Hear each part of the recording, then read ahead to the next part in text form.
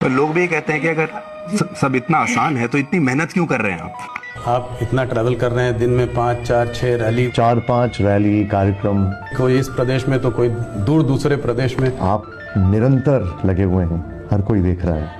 तो इस सब में आप फिट कैसे रहते हैं? इतनी ऊर्जा आप कहाँ से लेकर आते हैं? प्रधानमंत्री जी, आप इतनी मेहनत करते हैं, इतना काम करते हैं, आप वाकई थकते क्यों नहीं है? पूछता है Bharat, nation wants to know, आप इतने रिलैक्स कैसे रहते हैं? और क्या इसके लिए ऊपर वाला शक्ति भी और ज्यादा दे देता है क्या? मोदी जी, वो कुछ पाकिस्तान से वीडियोस भी आते हैं, वो कह रहे हैं कि मोदी वहाँ भी प्रधानमंत्री बन जाए। पहले जब तक माँ जिंदा थी मुझे लगता था कि शायद बायोलॉजिकली मुझे जन्म दिया गया है। माँ के जाने के बाद मैं कन्विंस हो चुका हूं कि परमात्मा ने मुझे भेजा है। ये ऊर्जा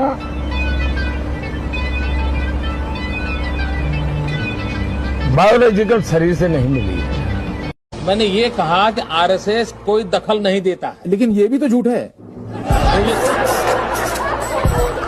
आपका हिंदुत्व का नारा था जिससे कि आपकी लोकसभा में 2 सीट सन 84 में आई थी, वहां से बढ़ के आप लोग बढ़ते बढ़ते 1998 में सरकार बनाने के मुकाम तक पहुंच गए। अब आपका हिंदुत्व का नारा भी फेल कर गया।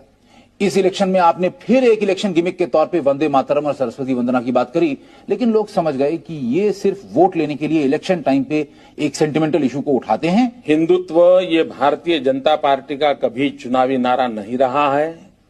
हिंदुत्व ये हमारे लिए आर्टिकल ऑफ फेथ है। आपका आर्टिकल ऑफ फेथ है हिंदुत्व। तो ऐसा क्यों होता है कि जब इलेक्शन आता है तभी आपकी फेथ एकाएक उजागर हो जाती है? बाहरी थे आप लोग, अंदर अलाउ नहीं था। ओह माय गॉड, नहीं अब मैं पूछूंगा ऐसा कैसे हुआ, लेकिन यहाँ तबीयत संभालिए आप लोग। एक वक्त था जब पत्रकारिता को चौथा स्तंभ कहा जाता था। आज वही पत्रकारिता बिक गई, सत्ता की गोद में बैठ गई।